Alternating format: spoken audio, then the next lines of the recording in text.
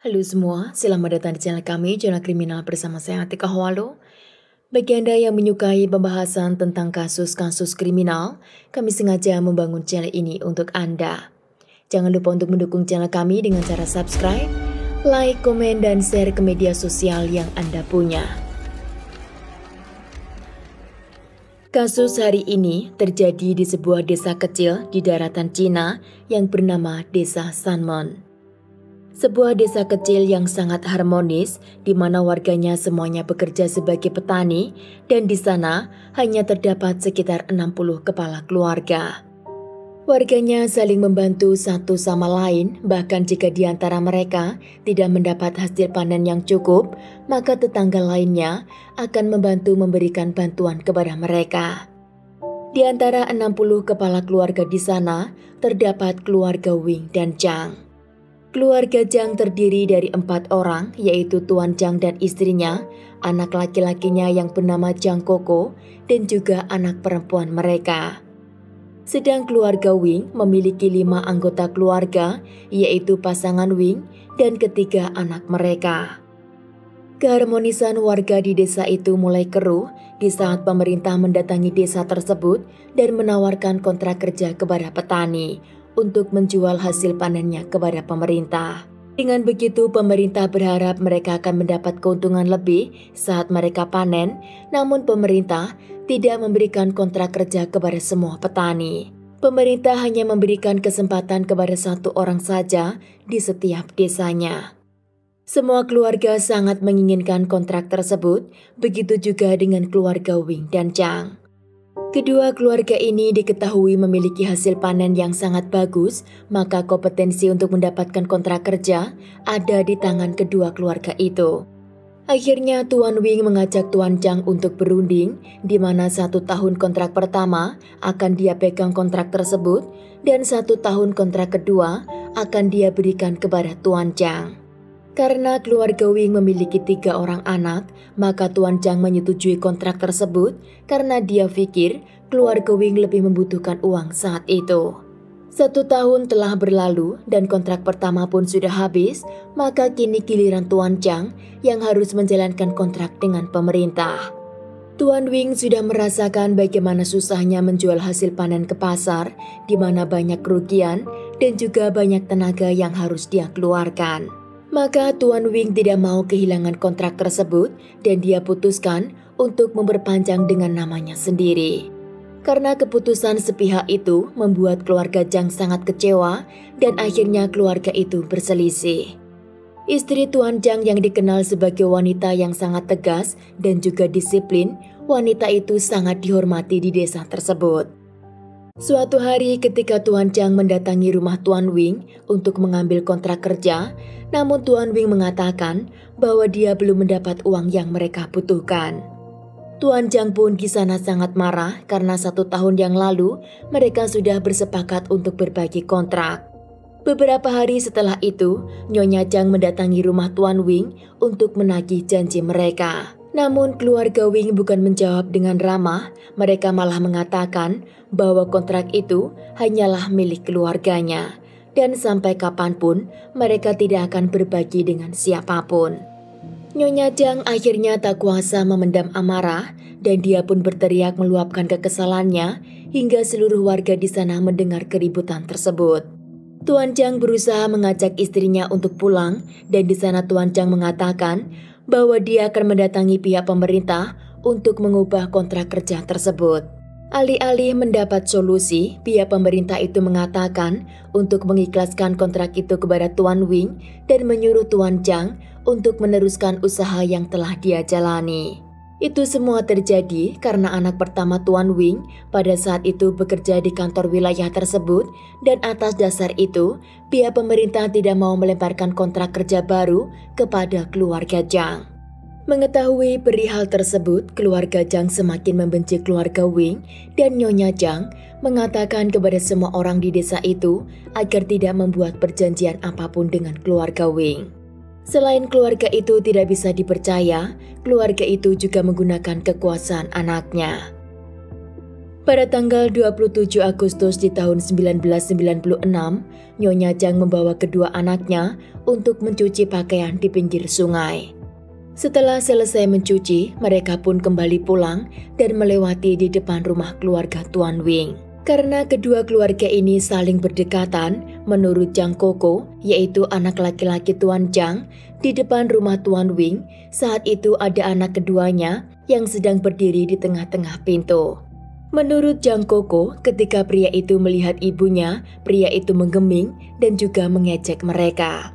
Karena merasa sangat kesal, Nyonya Jang meludah ke tanah untuk meluapkan kebenciannya kepada keluarga Wing. Pria itu melihat Nyonya Jang meludah ke tanah dan dia pun akhirnya berteriak dan menyebut Nyonya Jang sebagai wanita gila. Nyonya Jang tidak terima dengan teriakan tersebut dan seketika dia menghampiri pria itu lalu meludah di bajunya. Pria itu pun langsung menampar Nyonya Jang dan karena tidak terima, akhirnya mereka berdua bertengkar dan juga beradu fisik. Jang Koko dan kakak perempuannya berusaha melerai pertengkaran itu, namun keduanya semakin memanas. Akhirnya kakak perempuan Jang Koko, dia lari ke rumah untuk memanggil ayah kandungnya. Dari dalam rumah Tuan Wing keluarlah anak terakhirnya yang masih berusia 12 tahun dan anak muda itu keluar langsung ikut menyerang Nyonya Jang. Dari dalam rumah juga terdengar suara teriakan Tuan Wing dan juga anggota keluarga lainnya bahwa mereka meneriakkan untuk segera membunuh wanita gila itu. Nyonya Jang berusaha mundur karena dia tahu tidak akan mungkin melawan dua pria yang menyerangnya dengan cara yang sangat brutal. Nyonya Jang tiba-tiba mengambil besi dan menyuruh dua pria itu untuk menjauh darinya dan Nyonya Jang juga mundur beberapa langkah sambil menarik tangan Jang Koko. Namun tiba-tiba salah satu dari anggota keluarga Tuan Wing tiba-tiba keluar dari rumah tersebut dan dia membawa balok kayu dan ikut menghajar Nyonya Jang. Salah satu dari mereka memukul kepala Nyonya Jang hingga akhirnya Nyonya Jang jatuh ke tanah dan di sana dia mengeluarkan cairan merah dari hidung dan juga mulutnya. Jang Koko pada saat itu melihat ibunya dan dia berusaha membangunkannya, namun Nyonya Jang sudah dalam keadaan lemas. Tiba-tiba pertengkaran itu berubah menjadi hening ketika Nyonya Jang sudah tidak bisa bergerak lagi. Masalahnya di desa tersebut sangat jauh dari rumah sakit dan tidak semua orang memiliki mobil. Tuan Jang yang melihat istrinya tidak berdaya, dia menyuruh Tuan Wing untuk segera mencari bantuan mobil. Namun Tuan Wing mengatakan bahwa itu bukan urusannya dan mereka segera meninggalkan tempat kejadian. Tuan Jang meninggalkan kedua anaknya dan juga istrinya yang sedang terluka dan dia lari ke desa tetangga untuk mencari bantuan mobil. Setelah pihak pemerintah datang ke tempat kejadian dengan membawa mobil, Nyonya Jang langsung segera dilarikan ke rumah sakit. Namun pada pukul 10 malam, Nyonya Jang dinyatakan meninggal dunia. Karena rumah sakit itu sangat kecil, mereka tidak punya tempat untuk menampung jasad Nyonya Jang. Maka setelah Nyonya Jang dinyatakan meninggal, jasad Nyonya Jang langsung diserahkan kepada keluarganya untuk mereka bawa pulang ke rumah. Dalam perjalanan pulang di mobil tersebut, di sana terdapat Tuan Jang, anak laki-lakinya yang bernama Jang Koko, dan juga dua orang dari pihak pemerintah. Di mobil tersebut, Jang Koko bertugas memangku tubuh ibunya yang sudah tidak bernyawa. Tuan Jang membawa jasad istrinya ke depan rumah keluarga Wing dan meminta keadilan atas apa yang baru saja mereka lakukan. Tuan Jang di depan rumah itu berteriak kepada semua warga untuk melakukan sesuatu agar istrinya mendapat keadilan. Akhirnya mereka melaporkan kasus kematian Nyonya Jang dan polisi pun datang ke desa tersebut sambil membawa tim forensik. Tim forensik mengatakan bahwa mereka butuh melakukan otopsi kepada tubuh korban untuk melihat apa akibat kematian korban dan agar kasus tersebut bisa diproses secara hukum. Pihak kepolisian mengatakan bahwa sangat tidak mungkin membawa jasad korban kembali ke rumah sakit karena jaraknya yang sangat jauh dan akan memakan biaya yang sangat mahal. Maka pihak forensik memutuskan untuk membedah tubuh korban tepat di depan rumah Tuan Wing. yang dimana di sana disaksikan oleh semua warga, termasuk anak korban, yaitu Jang Koko yang pada saat itu berusia 13 tahun. Jang Koko berdiri di sana melihat tim dokter melakukan otopsi kepada tubuh ibunya. Pihak forensik mengatakan bahwa kematian korban diakibatkan karena retaknya tempurung dan juga pendarahan di otak korban. Malam itu 3 orang dari anggota keluarga Wing akhirnya ditangkap oleh polisi, yaitu Tuan Wing, anak pertama Tuan Wing, dan juga anak terakhir Tuan Wing. Sedang anak kedua Tuan Wing malam itu sudah tidak ada di tempat kejadian. Setelah dilakukan interogasi, polisi menyatakan bahwa pelaku pembunuhan kepada Nyonya Jang adalah anak terakhir Tuan Wing yang dimana anak itu masih berusia 12 tahun. Ketika Jang Koko mendengar pernyataan polisi tersebut, dia mengatakan bahwa dia melihat anak kedua Tuan Wing yang melakukan pemukulan kepada ibunya dan bukan anak terakhirnya. Pihak kepolisian mengatakan bahwa anak terakhir Tuan Wing telah mengakui semua perbuatannya. Maka Tuan Wing dan anak pertamanya, mereka pun dibebaskan oleh polisi dan yang ditahan di kantor polisi hanyalah anak remaja itu. Ternyata di sini anak kedua Tuan Wing telah berusia 20 tahun dan jika dia mengaku bersalah, maka dia akan mendapat hukuman mati karena dia termasuk orang dewasa. Sedang anak terakhir Tuan Wing yang masih berusia 12 tahun itu termasuk anak di bawah umur. Maka jika anak itu mengaku bersalah, dia tidak akan dijatuhi hukuman mati dan jikapun dia dipenjara, tidak akan mendekam lama di penjara. Maka itu Tuan Wing menyuruh anaknya yang paling kecil untuk mengakui bahwa dia adalah pelakunya. Di pengadilan, anak Tuan Wing itu tidak didakwa sebagai pelaku pembunuhan, namun dia hanya didakwa sebagai pelaku kekerasan. Keputusan pengadilan menyatakan bahwa anak remaja itu mendapat hukuman selama 7 tahun penjara. Tuan Jang meminta ganti rugi yang diakibatkan oleh keluarga Tuan Wing dan di sana dia mengajukan ganti rugi sebesar 40.000 US dollar. Namun entah apa yang terjadi, pihak pengadilan menyuruh Tuan Wing hanya untuk membayar ganti rugi sebesar 1.500 US dollar atas apa yang dia lakukan kepada Nyonya Jang. Menurut kakak perempuan Jang Koko, pada saat itu keluarganya mengeluarkan uang sebesar 200 US dollar untuk biaya pemakaman ibunya. Setelah kematian Nyonya Jang, keluarga itu sangat terpuruk dan juga mengalami kesulitan ekonomi. Tidak cukup sampai di situ, semua orang di desa tersebut mengatakan bahwa kematian Nyonya Jang karena dialah yang memulai pertengkaran dan semua orang di sana mulai mengucilkan keluarga Tuan Jang. Menurut Jang Koko dan juga kakak perempuannya, ibunya sangat menyayangi mereka dan ibunya itu juga istri yang selalu menyupport ayahnya. Jang Koko yang pada saat itu berusia 13 tahun tidak hanya kehilangan sosok seorang ibu, namun apa yang dia saksikan malam itu telah menghancurkan jiwanya dari dalam. Setelah kematian istrinya, Tuan Jang tidak memiliki biaya yang cukup untuk menyekolahkan kedua anaknya. Akhirnya Jang Koko keluar dari sekolah sebelum dia lulus sekolah menengah dan Jang Koko memutuskan untuk pergi dari desa tersebut. Jang Koko mencari pekerjaan di pinggir jalan, di tempat-tempat pasar, dan juga segala sesuatu yang bisa dia kerjakan.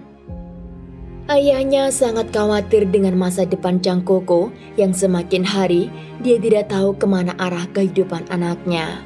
Akhirnya ayahnya menemui Jang Koko dan menyarankan anak itu untuk menjadi anggota tentara. Ayahnya berharap anaknya akan memiliki masa depan yang lebih baik darinya. Ketika Jang Koko berusia 18 tahun, dia pun masuk ke tentara militer hingga dia berusia 20 tahun. Semua orang yang mengenal Jang Koko di sana mengatakan bahwa Jang Koko adalah pria yang memiliki skill dan juga kualitas untuk menjadi tentara terbaik. Komandan Jang Koko mengingat dengan jelas ketika Jang Koko diinterview kenapa dia memilih menjadi anggota tentara. Di ruang interview itu, Jang Koko menjawab dengan sangat tegas bahwa dia masuk tentara untuk belajar skill bela diri agar dia bisa balas dendam atas kematian ibunya. Komandannya hari itu mengajak Jang Koko untuk ngobrol dan dia mencari tahu apa duduk permasalahannya hingga dia memiliki keinginan tersebut. Di sana Jang Koko menceritakan semua dan komandan inilah yang menenangkan hati Jang Koko ketika dia sedang bersedih. Setelah 2 tahun Jang Koko menjadi anggota tentara, dia pun kembali pulang ke kampung halaman dan di sana dia mulai menata apa yang akan dia lakukan dalam hidupnya. Jang Koko berusaha mencari kerja di kota, namun karena dia tidak punya ijazah, tidak ada orang yang mau menerimanya. Akhirnya Jang Koko bekerja padanya dengan penghasilan yang tidak pasti. Ketika Jang Koko berusia 30 tahun, dia baru menyadari bahwa semua orang di desanya telah berubah. Mereka semua sudah keluar dari desa tersebut, membangun rumah, punya karir, dan juga telah berkeluarga. Sedang Jang Koko, dia tidak punya apa-apa dan merasa tidak berguna. Jang Koko melihat ketiga anak Tuan Wing, semuanya memiliki karir yang bagus, rumah di kota, dan juga mereka sudah berkeluarga. Bahkan anak terakhir Tuan Wing yang memiliki catatan kriminal, anak itu kini memiliki karir yang bagus di kota atas bantuan kakaknya yang pada saat itu bekerja sebagai politik. Jang Koko kini mulai berpikir apa yang salah dalam dirinya, kenapa dia tidak bisa memiliki apa yang orang lain miliki. Akhirnya Jang Koko mulai berandai-andai jika saja ibunya masih hidup, kemungkinan dia bisa bersekolah. Dan dengan ijazah itu, kemungkinan dia akan memiliki karir yang bagus. Andai saja ibunya tidak meninggal, keluarganya tidak akan menderita sebegitu dalam. Jang Koko akhirnya pindah ke negara Argentina untuk memulai kehidupan baru, namun di sana dia tidak mendapat ketenangan. Setelah kakak perempuannya pindah ke kota dan meninggalkan ayahnya yang sudah tua di desa, Jang Koko menjadi sangat khawatir. Inilah gambar rumah mereka di mana rumah Tuan Jang berada tepat di samping rumah Tuan Wing. Setiap hari Jang Koko memikirkan perasaan ayahnya yang tinggal di rumah itu sendirian dan dia akan melihat di depan rumah tersebut adalah rumah orang yang telah membunuh ibunya. Jang Koko sangat yakin bahwa ayahnya adalah orang yang sangat menderita atas kepergian ibunya. Menurut Jang Koko, ayahnya tidak mau menikah lagi karena tidak mau posisi ibunya digantikan orang lain. Di desa itu Tuan Jang mengumpulkan semua hasil kebunnya untuk membangun rumah yang dia tempati. Di wilayah itu terdapat tradisi bahwa pria sebelum menikah dia harus menyiapkan rumah terlebih dahulu untuk keluarga barunya. Tuan Jang sangat khawatir jika Jang Koko sudah dewasa dan dia belum punya rumah, maka dia tidak bisa menikah dan punya keluarga. Akhirnya rumah yang berdiri tegak 2 lantai itu adalah hasil karya Tuan Jang sendiri. Tuan Jang sangat yakin semakin baik rumah yang dia bangun, semakin besar peluang Jang Koko mendapat istri. Selama bertahun-tahun, Tuan Jang tidak bertemu dengan anaknya dan dia berharap jika anaknya pulang nanti, rumah itu sudah siap untuk dihuni dengan istrinya. Suatu hari Tuan Jang mendapat kabar bahwa anak laki-lakinya akan segera pulang ke desa. Jang Koko kembali ke kampung halaman di bulan Desember di tahun 2017 dan di sana Jang Koko seperti kembali ke masa kecilnya. Dia teringat masa-masa ibunya memasakkan mereka dan juga keluarganya berkumpul bersama. Di depan rumah itu, Jang Koko mengingat semua kejadian di malam di mana dia kehilangan ibunya. Ayahnya menyambut kedatangan Jang Koko dengan penuh kebahagiaan dan malam itu mereka makan malam berdua. Di meja makan Jang Koko menyerahkan amplop kepada ayahnya sambil mengatakan bahwa dia telah mengumpulkan uang yang banyak agar ayahnya tidak bekerja di masa tua. Tuan Jang tidak mau menerima amplop yang berisikan uang tersebut, namun dia meminta kepada anaknya agar tidak meninggalkannya lagi. Tiba-tiba Jang Koko menangis dan memeluk ayahnya karena dia tahu sebentar lagi dia tidak akan bisa tinggal di rumah itu karena dia akan tinggal di penjara. Jang Koko sengaja pulang ke rumah pada bulan Desember di tahun 2017, padahal tahun baru Cina masih di bulan Februari di tahun 2018. Jang Koko ingin menemani ayahnya sebelum dia melakukan apa yang telah dia tunggu selama 22 tahun. Pada tanggal 15 Februari di tahun 2018, itulah hari perayaan Tahun Baru Cina. Pagi itu Tuan Zhang mengajak anaknya untuk berziarah ke makam leluhur, termasuk ke makam ibu kandungnya. Kita semua tahu bahwa Tahun Baru Cina memiliki tradisi untuk pulang kampung, berziarah ke makam leluhur, dan setelah itu keluarga berkumpul semua merayakan dengan makan bersama. Koko Zhang mengatakan kepada ayahnya bahwa dia akan segera menyusul setelah selesai mencuci pakaiannya. Tuan Zhang pun keluar meninggalkan rumah dan pergi ke gunung untuk berziarah ke makam leluhur. Koko Zhang dari jendela terus mengawasi rumah Tuan Wing dan menunggu ketiga anak Tuan Wing untuk datang ke rumah ayahnya. Koko Zhang tahu bahwa ketiga anaknya itu hanya akan pulang ke desa ketika perayaan Tahun Baru Cina. Di sana Koko Zhang melihat anak pertama Tuan Wing datang menggunakan mobil mewahnya bersama dengan anak Tuan Wing yang paling kecil. Namun di sana, Koko Zhang tidak melihat anak kedua Tuan Wing yang melakukan pemukulan kepada ibunya. Setelah mereka tiba, Koko Zhang mendengar bahwa mereka juga akan berziarah ke gunung. Setelah mereka berdua keluar dari rumah ayahnya, Koko Zhang mengecek tas ranselnya dan ternyata semua alat yang akan dia gunakan masih berada di dalam tas tersebut. Koko Zhang berjalan keluar rumah dan menunggu kedua orang itu kembali turun dari gunung di suatu tempat. Pada pukul 12 siang, dua saudara itu turun dari gunung dan ketika di tempat yang sepi, Koko keluar dari semak-semak dan tiba-tiba menyerang anak terakhir Tuan Wing. Di sana Koko memakai sarung tangan, dia juga memakai topi dan menggunakan masker mulut. Tidak segan-segan dia langsung menyembelih leher korban dari belakang dan setelah korban jatuh, dia pun menusuk dada dan bagian perut korban. Koko berdiri dan menatap anak pertama Tuan Wing dan di sana pria itu berusaha untuk mengenali wajahnya dan dia menanyakan apakah dia Koko Zhang. Setelah pria itu tahu bahwa orang yang ada di depannya itu adalah Koko Zhang, dia pun langsung melarikan diri. Koko Zhang dari belakang segera menusuk punggung korban dan akhirnya pria itu pun jatuh ke tanah.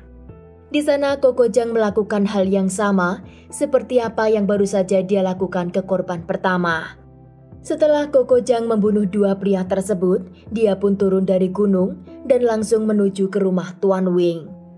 Di sana Koko Zhang melihat Tuan Wing sedang menyiapkan meja makan untuk keluarga besarnya dan Koko Zhang langsung menyerang Tuan Wing dengan memberikan tusukan beberapa kali pada area dada dan juga di area perut korban.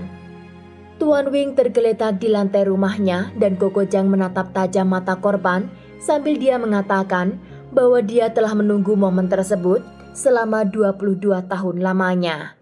Setelah Koko Zhang mengatakan hal tersebut, dia langsung menyembelih leher korban.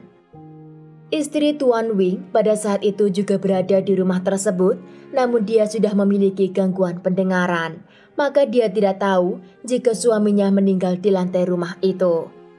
Koko Zhang menemui istri Tuan Wing dan wanita tua itu menanyakan apa yang sedang dia lakukan di dalam rumahnya. Koko Zhang mengatakan kepada istri Tuan Wing bahwa dia tidak akan membunuh wanita.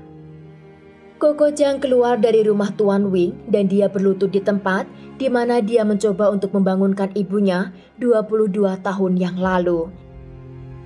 Di depan rumah tersebut terdapat mobil mewah yaitu milik anak pertama Tuan Wing. Koko Zhang di sana mengambil bensin dan menyiramkan ke mobil tersebut lalu dia membakarnya. Koko duduk di depan rumah tersebut sambil dia melihat mobil itu terbakar.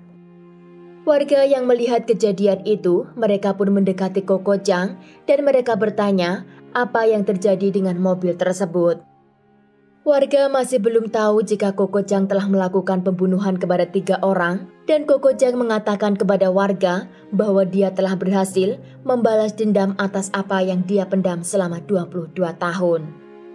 Koko Zhang segera meninggalkan desa tersebut sebelum warga mengumpul di tempat itu. Selama 2 hari polisi dan warga mencari keberadaan Koko Zhang, namun mereka tidak menemukan di mana keberadaannya. Setelah 2 hari, Koko Jang mendatangi kantor polisi dan dia menyerahkan diri. Menurut pengakuan Koko Jang, dia 2 hari itu tidak pernah memiliki pemikiran untuk lari atau bersembunyi dari polisi. Namun selama 2 hari itu, dia hanya mendengarkan kembang api dan melihat kebahagiaan orang-orang yang sedang merayakan tahun baru. Malam pertama, Koko Jang mengatakan bahwa dia pergi menelusuri sungai yang ada di desa itu, dan setelah dia merasa capek, dia pun tidur di balik rerumputan, dan keesokan harinya dia ingin kembali pulang untuk melihat ayahnya.